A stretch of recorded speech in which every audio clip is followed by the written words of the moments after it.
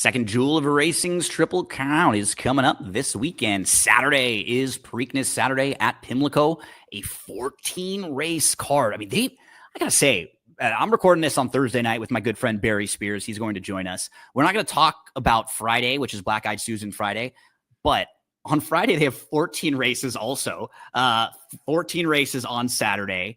They have a bunch of wagers that tie 2 days together. Everybody knows about the Black Eyed Susan Preakness double. That's a big one, but there's pick fives, all stakes pick fives on the dirt, on the and all stakes pick five, all dirt pick five. They're all like 12% takeout.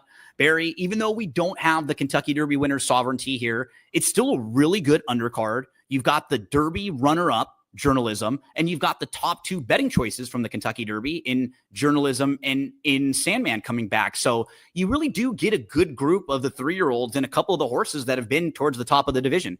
Yeah, all competitive fields. The Preakness itself is kind of an enigma. It's like, well, if journalism can continue his run without regressing, if River Thames can come into play. I mean, there's a lot going on. You got Goal Oriented, who could be a new shooter Another that Baffert who's won it 8 times, right? Right. So it's a real interesting race and a lot of real interesting races, even though they're a little bit less quality than the Derby card. They're still competitive, still big fields, and I think there's money to be made. And what happens a lot of the times too is like you'll get the horses that run on Oaks Day and Derby Day. They'll be pointing for those races, and then usually they point for races on like the Belmont Day because it's like 5 weeks in between. But you'll get a different group of horses that points for these Preakness races.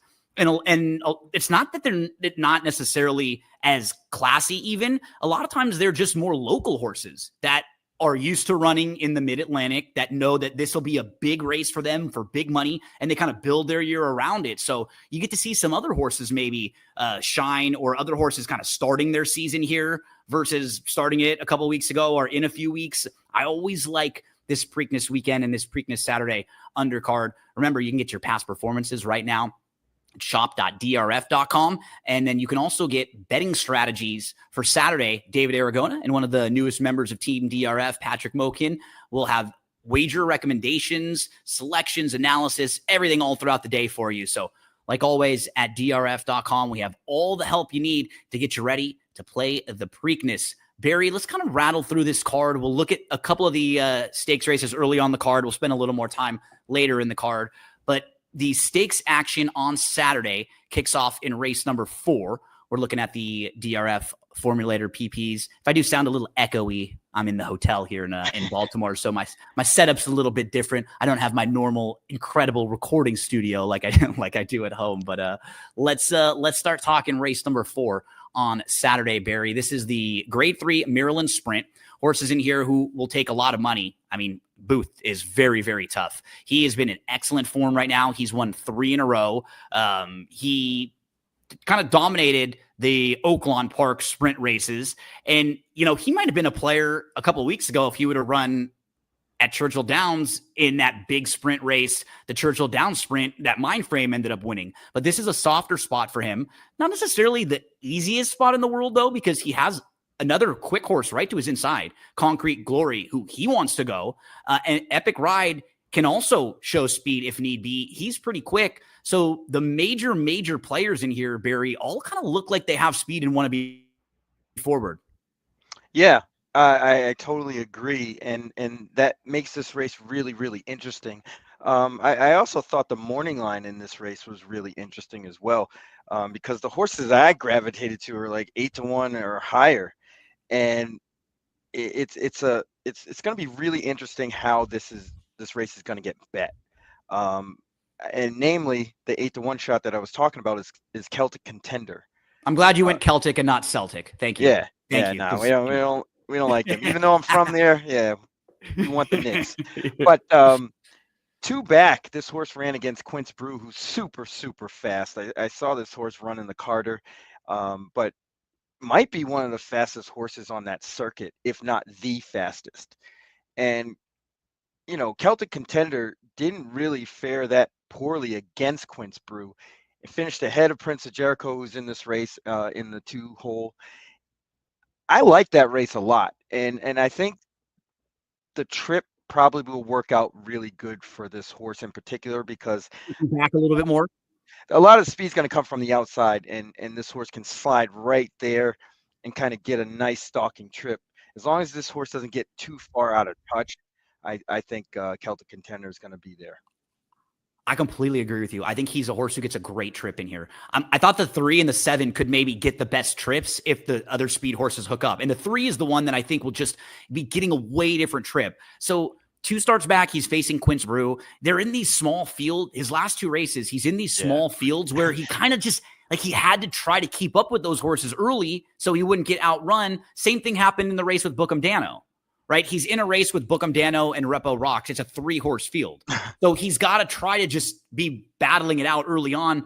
I'm hoping for a way different trip for him. Just sit back like we saw in October at Laurel.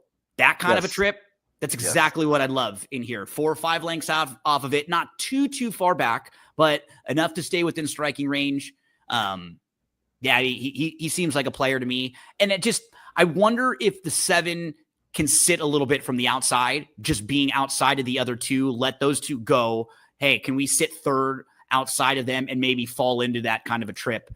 Epic Ride and Sino are horses that I always confuse, right? They look similar and they're horses that we've seen the last couple of years, right? I think a lot of people do, but he's 5-1. What do you think about him in this spot? He could get an excellent trip depending. But I think this horse is just going to have to get involved and try to aggravate Booth and kind of push past if he can.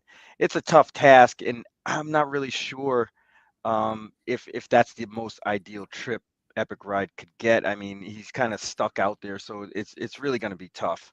But one horse that really caught my eye is the 4, 90% Maddie. I do like that last race, even though it looks kind of so-so on paper. But if you look back, the 2 races before that were going longer, and this horse really didn't want any part of that. And then the one before that, you can just put a line through it as well, just never got out of the gate. But before that, there's some really good form. He's got some races too, like that are, you go back to like the runner-up effort behind post time. That looks really good. Those races behind Baby Yoda and Mulligan, those aren't bad at all right there, Top right? Gunner. There's a stretch of like 4 or 5 races that are really solid too. So, he kind of has that ceiling that he might be able to get back to. And when we're talking about trip, like might get the setup. Right? And because even the 2 horses that we talked about as pressers, there's a version of this race where the 3 is a little too close again, and the 6, 7, and 8 are all too close. And maybe it's the 7 or the 5, 6, and 7 are too close. And maybe it's the 4 who's the one that really gets that trip. Yeah, I mean, this is a really, really interesting race. It is for a small field. I gather, they're all going to be around like 3 or 4 to 1, maybe a little bit higher than that, like between, like 5 to 2 and 7 to 1. A lot of these horses are going to be in that range, and this is a good race to start off the stakes action. The 5th race, it's not a stakes race. It's a first level allowance race. There's not very, the horse who I like in here is the 5 a little bit, Perola Cicloro. We can move to the next one, but the horse has had a brutal trip. If you're a replay watcher, you can check that one out. The 6th race is the Skip It. And Barry, this one has a couple really nice fillies in here. One Magic filly actually is one of them. She was very good for D'Amato last year. She put 3 wins in a row together, including the Chillingworth. She was only 10 to 1 in the Breeders' Cup, filly and mare sprint. She didn't even run all that poorly that day. Kind of just ran around in a circle, only beat a couple lengths. And she was favored in the La Brea over Copian. She just didn't really fire her best shot, and we've seen how good Copian has been since then. This is a starting point for one Magic filly. The blinkers come off. She gets to kind of pick a spot here that doesn't look like it's the toughest in the world. She'll have to hold off a horse like Zetlos. You kind of know what you're going to get from her. She's a stone cold closer. She's going to take back. She's going to make one late run, but she is a graded stakes winner. And then to the outside, you have a horse who's just in good form right now. Maybe not as classy as the other 2, but just sharp right now and has sort of the recent form edge over the other players in here. Who are you looking at in this one, Barry? Yeah, to me, Striker Has Dial might stand out a little bit here. And really, this horse has one horse to beat to the front, and that's the favorite, One Magic Filly. And I don't think that's going to be too difficult in this spot. This horse has a ton of speed. I mean, you see the maiden breaker in the mud, and then comes back and runs pretty decent against Ways and Means. Uh, up at Saratoga when that horse was like the talk of the town.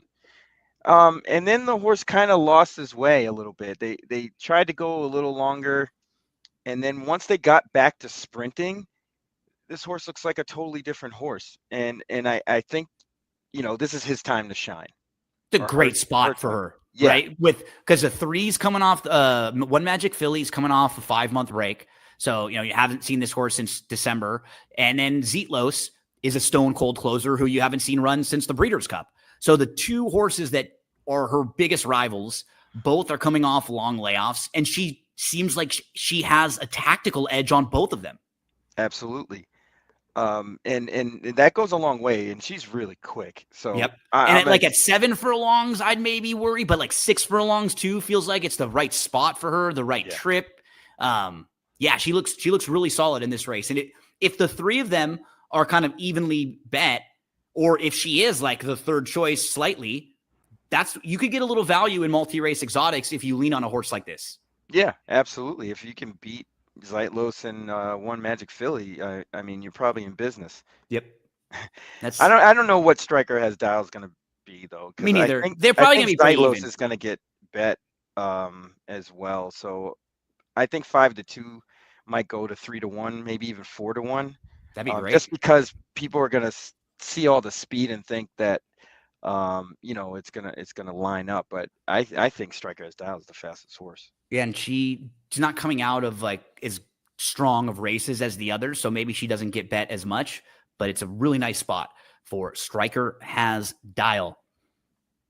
Let's move to race number 7. This is the Grade 3 Galleret. I'm sending in some notes because I think I'm going to be helping out Ray Lewis as a wagering ambassador. He's going to be there doing a lot of promotional stuff, and I think the call to the post and riders up and some different things for Preakness Day. So I'm, going through some notes for some of these races. And actually, this one was where we kind of started. Graham Motion's had really good success in this race, Barry, through the years. He's one of those trainers that points a lot of his horses to run this weekend. And he has a lot of horses that run in the Mid-Atlantic, so he'll point a lot of his good horses here, too. He trains the number 2 Queen of the Mud, won this race in 2005, 2018, 2021. What's nice about this mare, she's just honest. Like, she just doesn't run bad races. This is going to be a little different from her. She was facing some other horses, maybe not as strong in Southern California, until she ran into Queen Maxima last time out, and she lost to a very nice filly who went on and won the Unbridled Sydney at Churchill. Remember, that was just the first start since October for Queen of the Mud, so she has the right to improve off that race. How about inside of her, though? Dana's Beauty, really sharp horse. She's like a synthetic freak at Turfway, but she's not bad on the turf at all, as you can see. She's just super solid overall. The number 7 is kind of the wild card in here, 3 Havanas, who has run in Germany and in Italy, now in the Christophe Clement barn, but we have not seen her race since October. So you kind of have some questions about her. Way to be Marie will take a little bit of money. Barry, you know who I'm a fan of, though. I always like this filly, Austere. She's one that I give a look to a lot, and I think getting back to the turf will help her. It's not like she ran poorly in her last couple starts. Dana's Beauty handled her in the Latonia. I just think there's a little more speed in here, perhaps, that could help Austere get a little more of a setup. So she's going to be one that's in the mix for me here. But talk to us about this field and who are some of the horses on your radar. Yeah, Austere is a question mark for me because I'm not sure she's kind of made the jump to 4. And she might not be. She might have flatlined at that 80 kind of buyer range. I'm not sure. If I'm going to dive in, 8-1 is probably the price or higher. But a horse that I kind of like quite a bit in here is the 3 Ocean Club. Now, you'll see this horse's work this year. He's only had 2 starts, or she's only had 2 starts. But that Gulfstream race was won by Be Your Best, who came out of that race to win on Pegasus Day. And this horse was right there. then runs into Saffron Moon at Tampa, who at the time is razor sharp and still is, I consider, a razor sharp horse. Now you see in the Sand Springs, this horse kind of got the same trip that we talked about last week with Love Cervere. Bottled up the whole way, didn't get out until late, and I think Edwin kind of wrapped her up. And even in the form it says one paced, and you'll see he really didn't pursue anything late, and I think that sets this horse up very, very well in this race, because this not a whole bunch of world beaters in here, not too much speed, and the speed that's in here is, for lack of a better word, cheaper speed. um I think this horse can sit a great trip here. Johnny V, does good work for this barn. um I don't know. At 15-1, I got to take a shot. Nice price on Ocean Club, who has some big races, certainly. And that was like a weird trip too last time out. You're right. It was better than it looks too. The horse didn't run poorly, even not getting the trip that she wants. Ocean Club at 15-1 here. The 4 and the 5 both look like they'll be flashing a little bit of speed. The Sparkle Blue, the 8 Sparkle Blue is the one that you and I hit a couple years ago in the Hillsboro. Oh, yeah. Like March the 9th. That was the day when hardly, that horse has only won once since, and was really standout. Soft group. Race. Yeah. It was a real soft group. Way to be Marie. I'm not exactly sure. I think I just kind of like others a little bit more. I think we hit the ones that I like the most in here. With the 2, the 6, your 3 horse at a big price of 15-1. Very, very interesting. Any others you want to hit on? I think the 7 might be tough. Only because of the class this horse was keeping over in Europe. Yep. So like my angle really was kind of 7-3 cold, like either way, and put the 3 on top. 3 Havanas. She looks like the horse to beat in here. First time in the Christophe Clement barn. Let's move to the Chick Lang, race number 8 on the Saturday card, as we move closer and closer to the Preakness, second jewel of racing's Triple Crown. So in this one, it's a 6 furlong sprint, $150,000 up for grabs. The 4 Normandy Coast was a winner in the Palisades last time out. Sit a pretty good trip, wants to sit close. Keep It Easy, really talented horse, but has just had a tough time kind of staying on the track. A couple big wins and then some layoff lines. The number 8, 1900, threw up back-to-back 90-plus Beyer speed figures, lost to a very nice horse named Colloquial. Just kind of show you how good Colloquial is. Oof. So 1900 loses to Colloquial by 7 lengths and earns a 92 Beyer speed figure. And in the next race, the same exact speed figure beat a field by 7 lengths. So like a 14 length turnaround, just based on, if you're looking at those 2 races, which is funny. 1900's logical, and a horse that I've always kind of tried to beat though is Touchy. Just hasn't like progressed. You see similar speed figures through a lot of them. What are we going to do here, Barry? Ooh, this one's tough. I have the notion to toss 1900. I kind of do want it too. Yeah. Horses like that, I don't see them kind of put these string of races together, especially in main ranks, and this horse was much the best. It's hard to tell how they fit and stack up against these types. And with a horse like this, is probably going to be short price because of those Beyer speed figures. I'm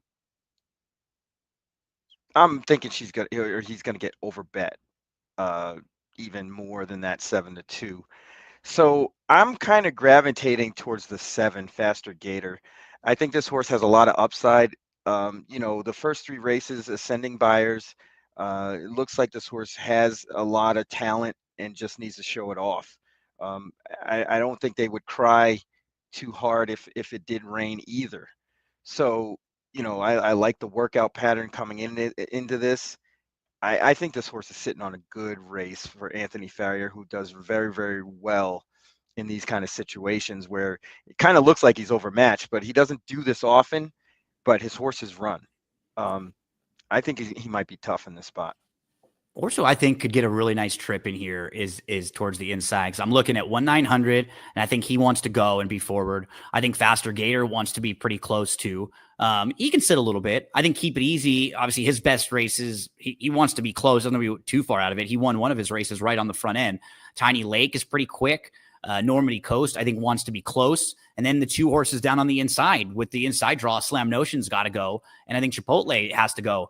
I could see this race setting up really well for Ancient World. Both of his wins were just nice. Like they were off the pace wins where the race set up for him and he put it all together. This win at Keeneland was pretty impressive. So he's the 5 in the race that we're going to watch here. And he makes this big move early. So he's a little slow out of the gate, right? He's towards the back of the pack. He's like 2 from the back. And he's going to make a move to like just up behind the leaders, and then he angles around like a pro.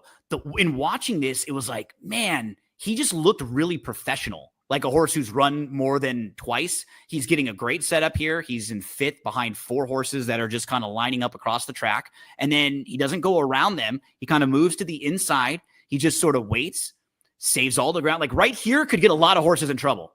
Yeah. This right here, right? Where you move into that spot and you're pinned on the outside and you can't go. For a lot of horses, they would run up on heels, kind of stop, steady, but he just kept his stride. He angles him around beautifully like a pro. I think this horse has like some gears you can press on him. And right here, like shaking up a little bit and then boom, kick clear and race over.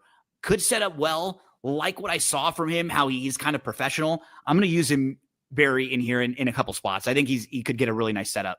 That's what we call, or at the OTB we call a good steer. That was a really good ride. It was.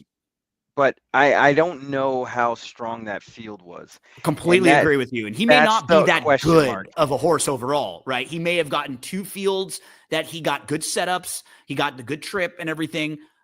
He might get it again in here. And I'm hoping because his speed figures are low, we will get that like 6-8 to 1-ish on him. Like, I don't think he's going to get over bet. I'm hoping at least he doesn't get over bet in here because I think there will be money that goes to 1,900. I think Keep It Easy will get money. Even a horse like Faster Gator will get some support. So yeah, he'll be in the mix for me. See, I kind of like the 11 Retribution. That's what I was just going to ask you about. What do we do with Retribution here? I think this horse gets a decent trip. Irad's going to use him enough to get position, and that might be all he needs because there's enough speed. Like you said, if it could set up for Ancient World, it certainly can set up for Retribution. Absolutely. Irad is very deft at getting to the certain spot and moving early, like just like knowing when to go with a horse like this. We talk about, we give him a hard time sometimes about the speed horses, but dude, the opposite end of the spectrum for horses that are like mid pack from the back of the pack, the clock that he has and like the know when to make a move and how to keep finishing, like all that stuff is as good as it gets. Yeah, his timing's impeccable. And 12 to 1 seems like a stretch with him on for Cherie too.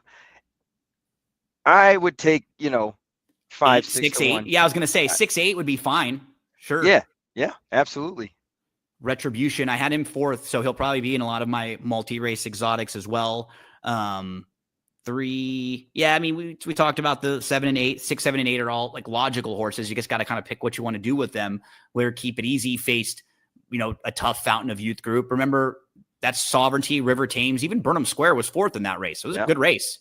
And we're going to see River Thames as a major player this weekend in the Preakness. Sovereignty came back to win the Derby. Lots of positives there. And that was going longer. He gets to cut back to a sprint too, where he's been a lot more successful. So Barry gives a look. Yeah, go ahead.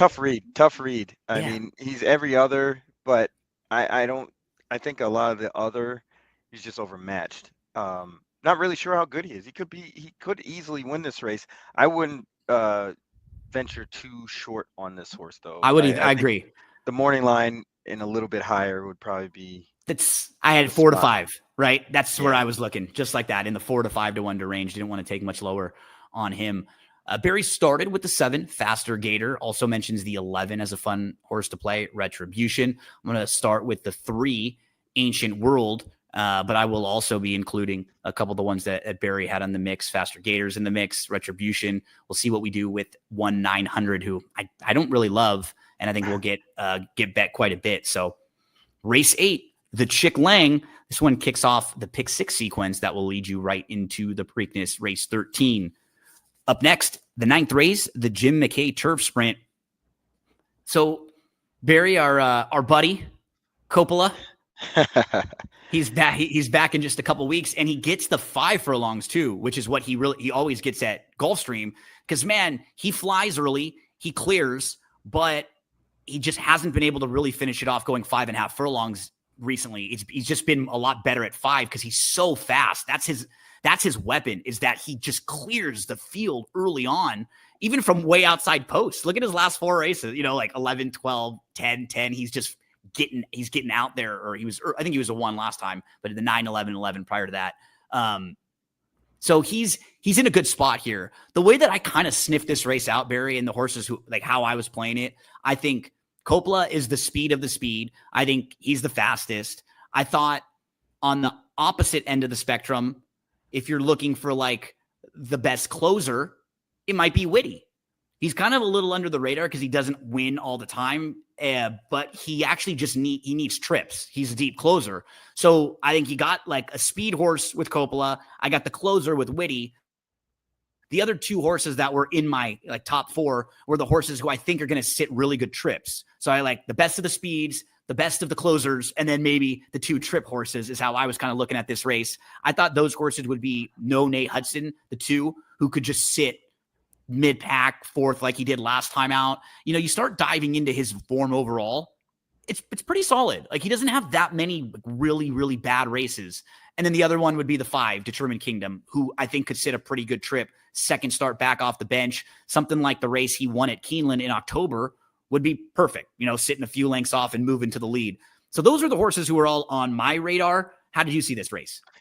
Yeah, it's funny about No Nate Hudson.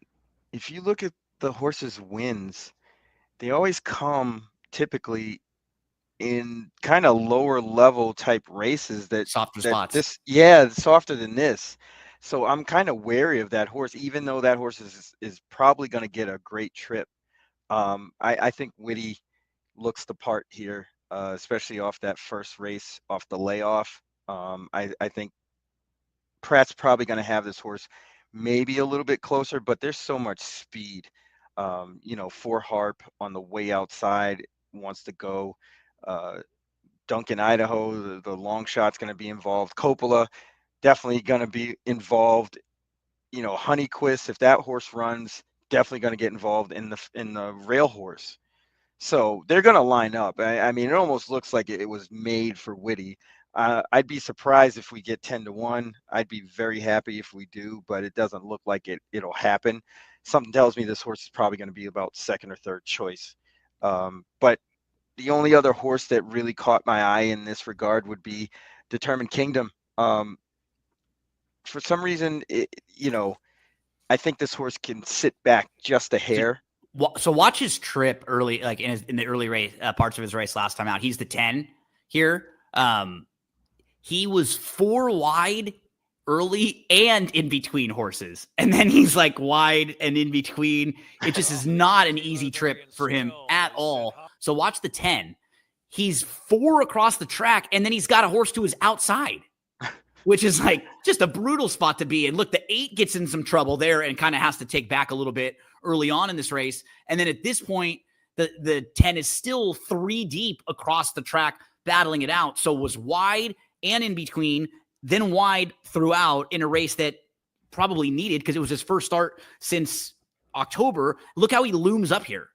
Gets on even terms with the leader. Like this is the trip that we want him to be sitting just a little behind and then loom up like this and hopefully now just have more fitness and more punch with that race under him. Yeah, and this did it. Did the trick. This is the perfect prep race for a race like this. Yeah. And I think that's what it was all along. The horse seemed a little bit fresh, ran that way. He got a lot of speed early and then faded late. I think he's going to be tough, but I don't know why. I just think this horse doesn't want to win, but he'll be right there.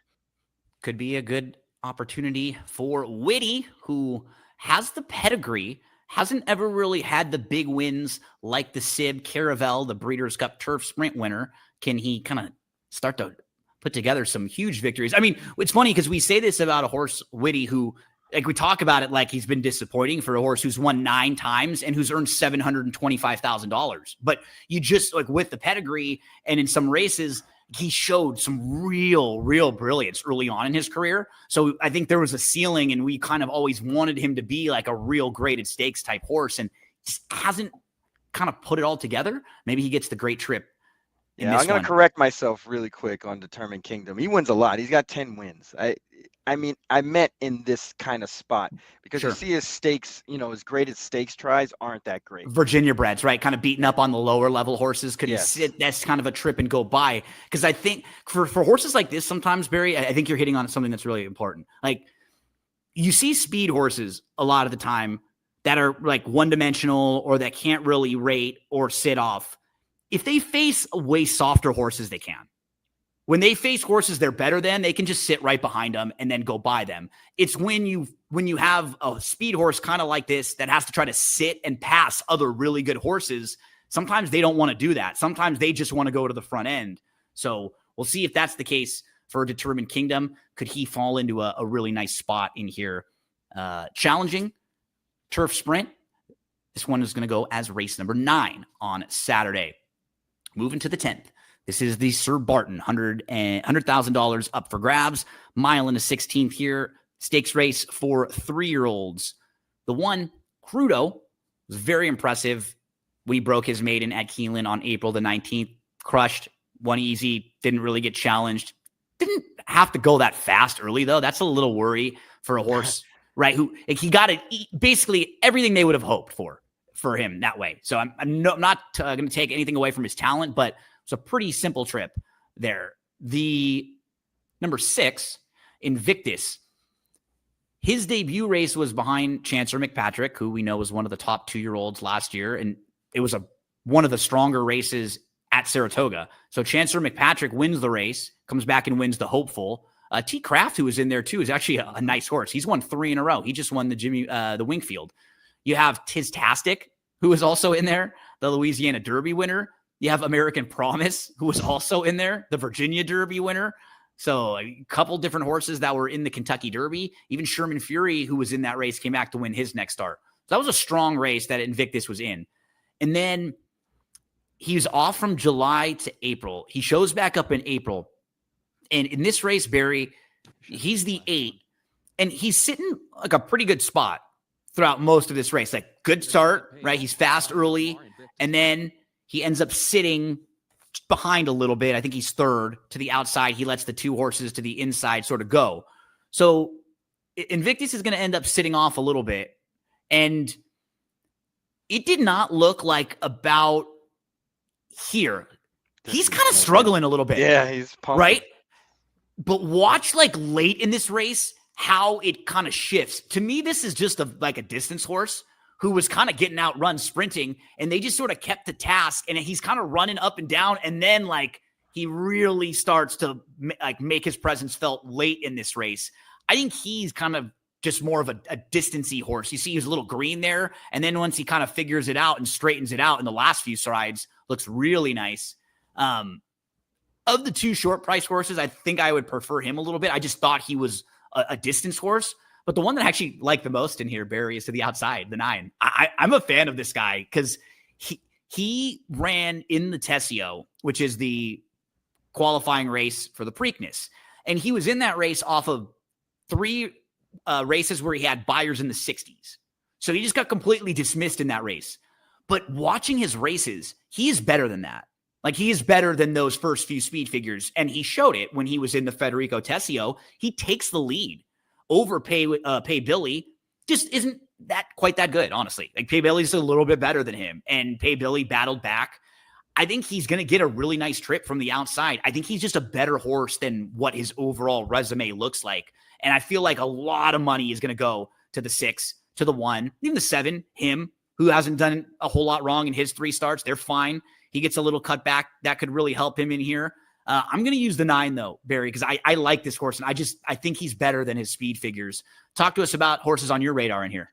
Yeah, I saw the same thing you did with Invictus as that horse, Pratt was really pumping on that horse Right? He early. looked done. And usually when they do that, they know that it takes a little bit for that horse to get going. So stretching out makes all the sense in the world. But again, pumping hard like that means if that horse gets even stopped a little bit, it could be curtains. He might not be the type of horse you can like maneuver around, right? He has to get going and kind of built up, Right. which And we see horses like that a lot of times, but you're absolutely right. If he gets stopped, can he restart and get going again? yeah, I mean, that remains to be seen. And I'm gonna, side elsewhere. I think the 7 him has a really good shot in this Yep. race. Didn't get a great trip at Oaklawn and, still ran well to a horse that came out of that race and ran well in Passion Rules. Then ran into Instant Replay and Caldera, uh, who would be easily like 4 to 5 in this spot. Yep. So I think this sets up way better. I think Louis is going to ride this horse a lot better and be able to get this horse to settle. And once that does happen, look out, because I think this horse has a big race in him. That's the key. I have him 3rd in this race too. I think he's a major player, and I just hope he can sit. I think he will sit, just the way the race shapes up and with the horses down to his inside, because I do feel like 1's going, 2, I feel like they'll probably try to get as aggressive as they can with, because that's obviously where he's been much better when he's been forward.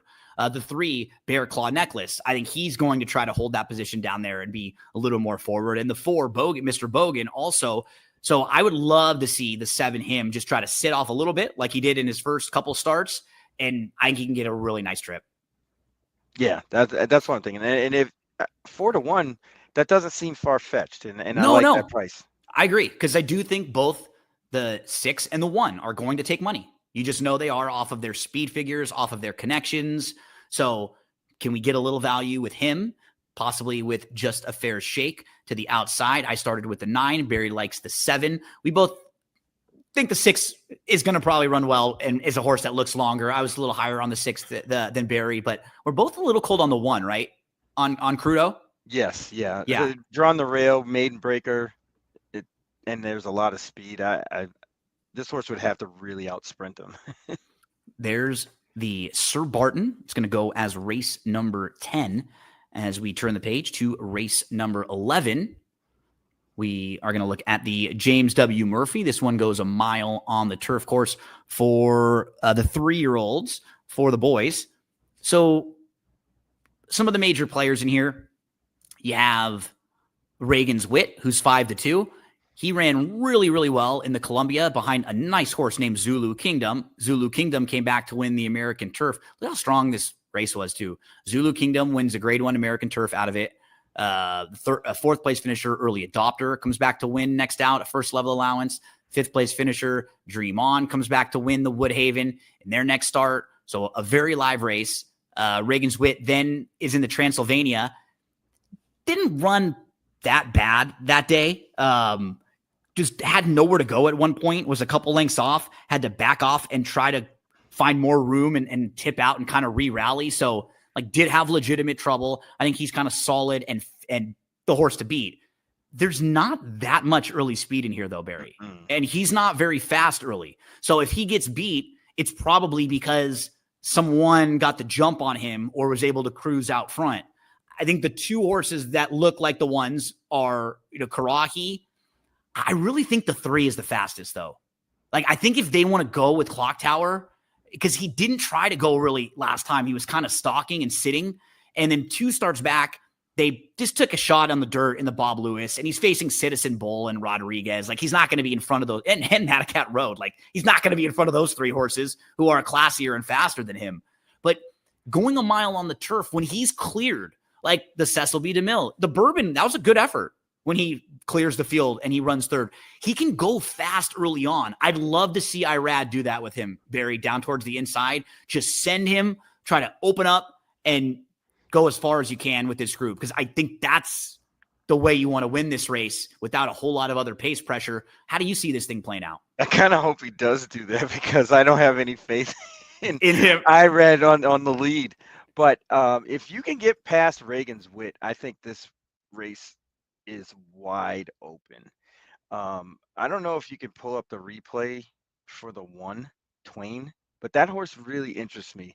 And you can even see in the past performances, the horse was 4th by 8.5 and wins by 3/4 of a length. The stretch run is really where you see it. But man, this horse really impressed me. I watched this race because I bet. I didn't have Twain. But you bet someone else, and Twain, yeah. That's generally what happens, right? You're watching a different race, and you're, who the hell is that, right? Like, who is that horse, right? One of those. But he gobbles up the ground in a hurry, and I was like, wow, that's pretty impressive. And then I got the stable alert because usually I put these kind of horses in my stable mail. Yep. That horse is coming to this spot, and I knew he was going to be a price, but 21 is a nice surprise. Well, because you know what, he's going to be a big price because he's stretching out from a sprint to a round, and he's stepping up in his stakes. So he'll be a big price, and this would be such a cool. This is where you find big not prices. Even in the picture yet, by the way. Yeah, no, he's not even around the 5. He's going to flash in just a moment and come flying. Just on the outside, just motoring. There he is. Just comes with a rush. So Twain, in the career debut, wins, and now we'll be stretching out to a mile. I mean, visually, super impressive, and he's going to be a huge price. Galloped out good, way ahead of everybody else. I think he's got a lot of upside, and I'm willing to take a shot in a race like this where, the favorites don't look all that great. They're okay, but I think they're going to get a lot of respect just because of the connections. Reagan's Wit and Cherie she's just on fire. So that horse is going to get bet, but still the horse has to make up a lot of ground. Not that he can't, but usually I like to bet against that in these kind of spots. So you talked about a really big price. I kind of hit on the 2 logical horses. What about the horses that are in the next tier, like the middle, both the 5 and the 6? We've got End of Romance and then Soleil Volant, who probably won't be your first or second choice. I think that'll probably be the Reagan's Wit and the 3. These 2 horses, though, might be in that next group of horses as far as prices are concerned. Do you not like? Would you be using either of these 2? It seems like Soleil Volant wants to go longer. And probably the same thing with End of Romance. So, I mean, they look okay.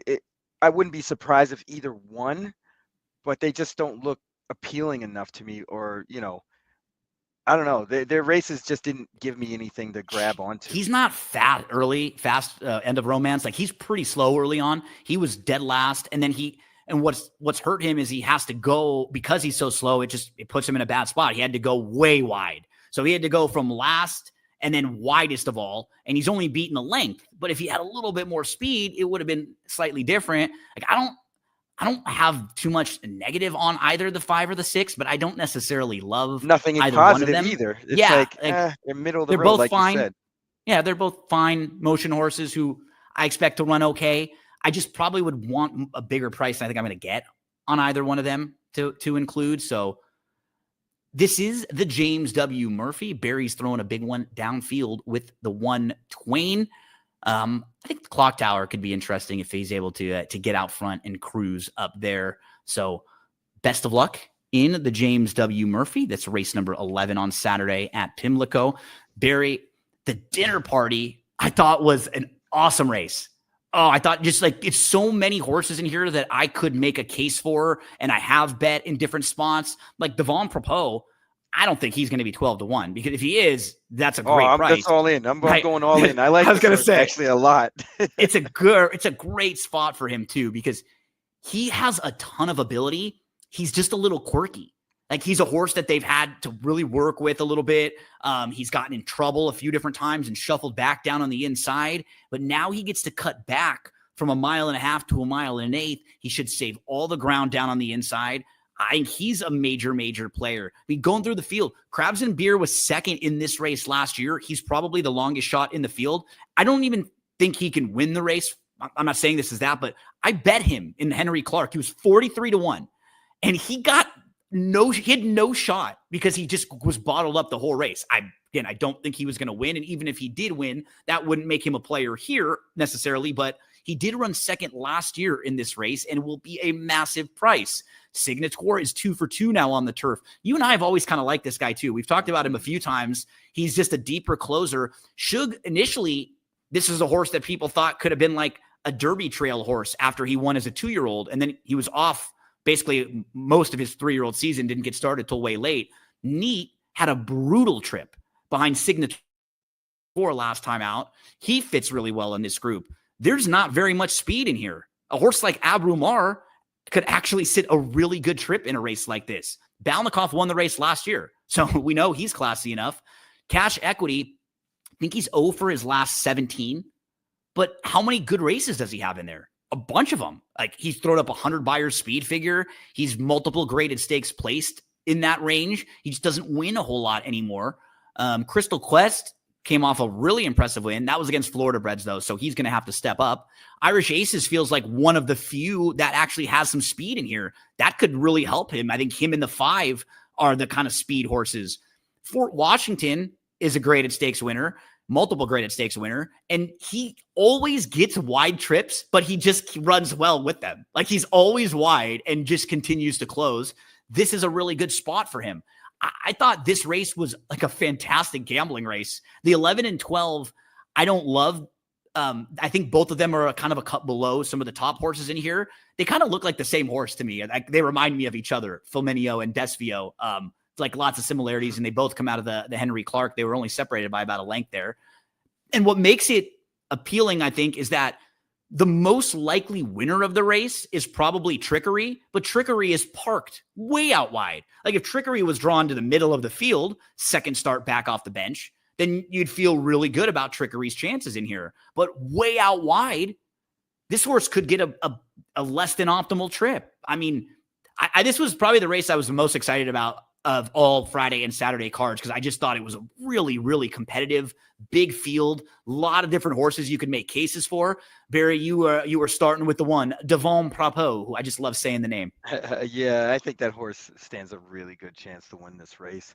On the cutback from 1.5 miles, I don't really think that horse wants to go that far, although I think he's won in 1 mile and 3/8 previously.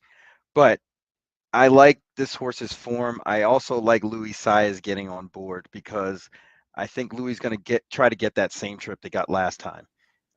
He made an early move to the lead. Mm-hmm. He was just, honestly, he was wide, and he lost to a horse who's good, is good in good form, and they were going like a little farther than what he's best, probably. You know, like a mile, Right. like mile and a half. But a Tietlin came back and won the Whittingham out of that race. Like, I don't have any knocks on the race that Devon Propos ran last time. It was really good. Yeah. I like that horse quite a bit in this spot. And the other one that really caught my eye is the 10 horse, Fort Washington. I think it's real key that this horse beat Major Dude last time. Major Dude isn't the best horse, He's a in good this measuring division, stick, though, right? but yeah, he's good enough where you could say, all right, well, he's better than most of these horses, and this horse beat him last time. He might have a pretty good shot here.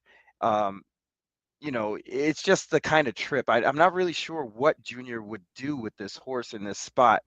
I would say, given the pace scenario, he might be a little forwardly placed and kind of get the trip that he had in the Knickerbocker, let's say. And that might not be the worst thing in the world for him to be hung out wide too. So look how consistent he is too, just like on the speed figures. He runs his race every time, right? And if he gets a slightly tougher trip, maybe he doesn't put it all together, but if he gets a good trip, he'll win. And there are times where he's won when he didn't even get the best of trips, like the Monmouth race last year. But he's really solid and really honest, and a horse that I have a tough time leaving out of exotics. I'm going to try to beat, I think, the 13 just from the post. Yeah. I just think it's just going to be really tough for this horse. And if he overcomes it, fine. And I think some of why I'm doing it too, Barry, is like, you got to think about how you're putting together your multi-exotic tickets. Like, as we get from this race to the Preakness, like I respect journalism. I'm going to probably use journalism in like one other horse, maybe in exotics, but I'm not playing into the Preakness, like really looking for my price in the Preakness. I'm going to have journalism and probably River Thames on my tickets.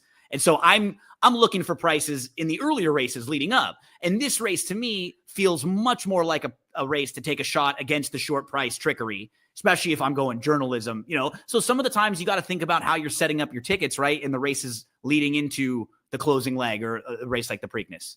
Yeah, that's why, kind of tracking favorites is sort of the thing to do when you're putting together your tickets, because obviously you don't want a ticket full of all favorites unless that's your whole plan and you're spending up and playing like a $50 bunching it a bunch of fixed four. times. Yeah, right. Something like that. Otherwise, you're going to have to try to take a stand against one or two of these horses that are going to be odds on, and I think Trickery is probably the one to do it with. I don't know who else would get bet. Just say if Trickery doesn't. This is really a strange race, but a competitive race. They all kind of look the same, do the same things. There's no standout that's like way above Head and Shoulders that's thrown up like a bunch of 100 buyer speed figures or anything, right? Like all these horses have kind of peaked at about the like mid to high 90s, and cash equity has hit 100, right? But not really recently like throwing up those over and over. So there isn't anyone that you just say, wow, they're way, way faster than the rest of the group. They're all kind of in that same range, and you get a big field. It's going to come down to trip for a lot of these horses. And if that's the case, if you feel it's a competitive race, if you feel it could come down to trip, you probably don't want to use the horse who's going to be the shortest price that's going to be parked way out wide and could have one of the worst trips. Right, exactly. So there's a look at the race that leads us right into the Preakness, the second jewel of racing's Triple Crown. So we could start off talking a little bit about it. I mean, it's a bummer when you don't have Sovereignty or the Kentucky Derby winner return and run in the Preakness. I mean, it's surprising just because when we think about it, you just automatically assume Kentucky Derby winner is going to run. When you tell me it's Bill Mott, it doesn't really surprise me that much. Bill Mott has never been a guy that's great with wheeling horses back quickly. So while I completely understand like the frustration, and as a fan of horse racing, I would love to see Sovereignty facing journalism again and Sandman and then some of the new shooters. But Bill Mott has never really been a wheel horses back quickly guy. I think Nick Tamero pointed out some of his statistics. They just weren't good when he's done that. So it didn't surprise me that with Mott, with Godolphin, right, who would love to have this horse be ready for to be around to run in the Dubai World Cup next year. I'm not all that shocked. And you know what? We do get journalism in many years past. The runner-up and the horses who don't win the Derby don't usually come back in the Preakness. They wait. So it's nice that we've got journalism. It's nice that we've got Sandman. I think the connections probably looked at the field and said, you know what? It's not the strongest field in the world. We can go back and run in there and maybe hit the board and feel like we were the second choice in the Derby. He's doing well. Let's go take a run at it. And then when you talk about the new faces, you've got, I think, two that are very legitimate players in Clever Again and in River Thames. I don't think we know how good Clever Again is based on kind of the way he's won his races. He's been able to get to the front. And whenever you're kind of winning like that, it's sort of hard to tell how good you really are until you can step up and face other speed. But we know that River Thames is like really solid. And if we're using Sovereignty as a measuring stick, and he's right there with Sovereignty, and maybe now with time in between the Bluegrass and the Preakness, he can kind of grow up a little bit, improve a little bit. How crazy is this too, Barry? Pletcher nor Irad have ever won the Preakness. Neither one of them, which I would have, if you would have asked me that before I had started doing the research, I would have been dead wrong. Just like off the top of my head, I would have been like, oh yeah, Pletcher's won 2 and Irad's won 1 or 2. But then you go through all of them and wow, neither one of them has ever won the Preakness. Yeah, that's strange. And Jose Ortiz won it, didn't he? Yep, Was early he voting a couple years voting? ago. Yeah. Yeah.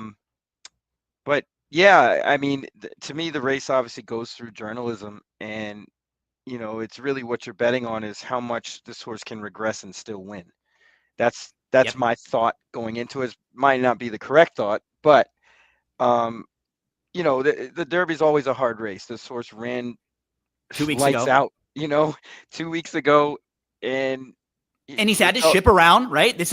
He's been moving around where he shipped from Santa Anita to Churchill, now from Churchill to Pimlico. Like, there are reasons to think that we could see a maybe 80% or 85% journalism instead of that 100% of journalism because of, I think about it reminds me of like NBA teams playing the back-to-back, right? Like, a lot of times the good teams play back-to-back and they lose to the inferior teams on the second night of the back-to-back, right? Just because you don't have the same legs. I think it's kind of the same way, but you could still have teams be tired and be better and still win, right? And that might be the case with journalism. I don't know how many horses in this race could like compete with him if he showed up with a close to A game. I just don't. No, nobody can. No, none of them. If he shows up with his A game, it's over. They will not. Yeah, I agree with that. The only one that I'm intrigued with a little bit, Barry, is I mentioned a couple times is River Thames, just because he's fresh. Even the Pletcher, like, he's never won this. I think their plan immediately from the Bluegrass was we're skipping the Derby. They could have run in the Kentucky Derby. He would have been like 25-1 and probably wouldn't have won. Now they get a fresh horse for the Preakness. He seems like he could sit maybe fourth if the one goal-oriented, American Promise, and Clever Again are all showing speed. I love River Thames to be sitting right behind them, kind of maybe a little bit in front of journalism, and that's how he would win. Try to get the jump on journalism and Sandman and some horses who might be behind him. And yeah, like we use that Sovereignty running line. If he is close to Sovereignty, and we know Sovereignty is one of the best horses in this division, can River Thames get that trip? That's kind of how I was seeing it, Barry. I know you've been a journalism fan, and he was awesome in the Derby, even in defeat, finishing second. You kind of think he stands out again, or kind of wagering wise, what are you going to do here? He does stand out on paper, because obviously he's the only one with really 100 buyers, more than one. And I mean, he could run a 101 and win this race easily. But I just think he might be a little bit worn. And it's those races in Florida in particular were a lot stronger than people thought. Even Burnham Square in the Derby, he ran really well. If he didn't get sawed off by the Japanese horse, he would have been right there too. So that would have been Sovereignty, Burnham Square, and don't forget Tapan Street scratched. Right, and Tapan Street scratch, who probably would have been a player too. So I think River Thames has all the upside of anybody in this field. That one, and then the foreign horse, Heart of Honor. Class-wise, this horse fits. Father-daughter in the Preakness. That's pretty cool. Yeah, I mean, the story is great, but the horses look phenomenal on the track. I mean, I don't know, how well this horse is going to run on dirt, but physically, this horse looks like a monster. Heart of Honor was the runner-up in the UAE Derby, and very similar to River Thames, they made the decision early on that they were going to pass the Derby and point for this race, which I really like because they make the Preakness is the easiest of the 3 Triple Crown races. Just when you talk about the field that you're gonna face, because a lot of the time you're not going to face most of the top 20 horses that qualified for the Derby. You'll probably only get a couple of them coming back, and then you'll face some of them in the Belmont. So I like that some of these trainers said, you know what, let's point for this race, because this race might be a little bit easier and more logical for our horses to win, right? Than trying to win that big field of 20 where you kind of got to get lucky with your trip and everything has to go well for you. Like River Thames feels like just a way more logical horse in here, right? He's 9-2 versus probably would have been 20-1 in the Derby. Heart of Honor would have been one of the longer shots in the Derby. And that's not going to be the case in this race. Won't be even probably half the price that he would have been. So who else? Anything else you want to hit on? Anyone else you want to mention? I wouldn't discount Gosker from the outside. That's my fun long shot. That's the long shot who I'm going to play in like at least 3rd and 4th and probably have on one ticket in case he wins. Because he hasn't done anything wrong. Nope. And maybe he's a little bit better than the speed figures would suggest, because he won those 2 races pretty easily. Like he got a good trip and won those races, like no doubt about it. Yeah, he's shut the door. And I think if the track does come up wet, you might want to upgrade him maybe a little bit. That's Gosker there to the outside, 20-1. I gave him out as my my long shot. I put him in the third spot. Barry, the Preakness is on Saturday. I know you guys over at the Notorious OTB have a ton of content all the time. Tell me about what some of the stuff you guys had for this week, Friday, Saturday, anything over at Pimlico. Yeah, we recorded Black Eyed Susan Day today, and tomorrow we're doing the Preakness Day $100 budget with the Time Lord Craig Milkowski. So he's going to come on as a guest, and we're gonna do that. And I'm on SoCal Saturdays also tomorrow. So yeah, busy is good though. Good busy, right? The way that we Yeah. like it. Barry, my friend, always a pleasure. Thank you so much, buddy. Appreciate you coming on and talking a little more with us this week. We'll be following along with the Notorious OTB. Don't forget, everyone out there, shop.drf.com. Those Preakness past performances are up and available. And you can also get the betting strategies for Preakness Saturday. David Aragona and Patrick Mokin will be putting those together. So shop.drf.com, that's the place to go to get all set. For my good friend Barry Spears, I am Gino Bucola, and we wish you all the best of luck. Preakness, the second jewel of racing's Triple Crown, coming up on Saturday.